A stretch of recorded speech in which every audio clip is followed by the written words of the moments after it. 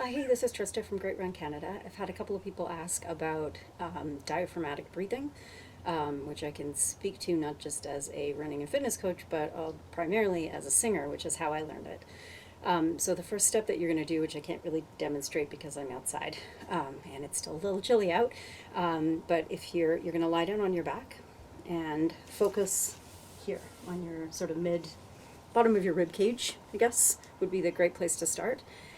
And with your hands on your stomach, and you're going to practice breathing, but try and press that part of your back into the ground so you can actually feel an expansion there. Your diaphragm runs this kind of tube around here, so you want to try and start pressing that into the ground.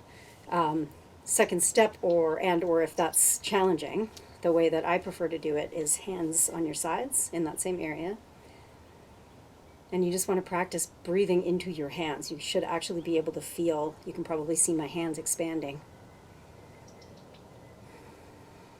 So you want to actually feel your rib cage pushing against your hands, which will expand that whole tube. So you can practice this as often as you want. When you need a break from your work at your desk or whatever, just practice breathing that, making that expansion. It's going to feel really unnatural when you first start trying to incorporate it into your running. So the key with that would be to not do it on a planned long run.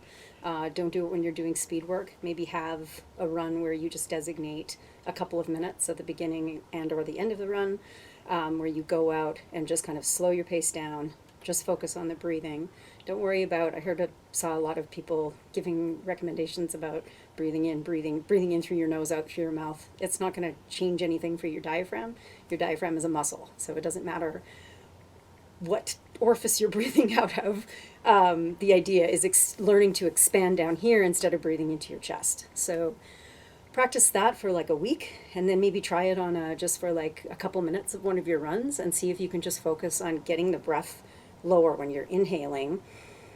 Try to expand that as you're running. I'm going to do a follow-up video about the relationship between your diaphragm and your pelvic floor, which is important for everybody, not just women. So stay tuned for that. Hope this helps.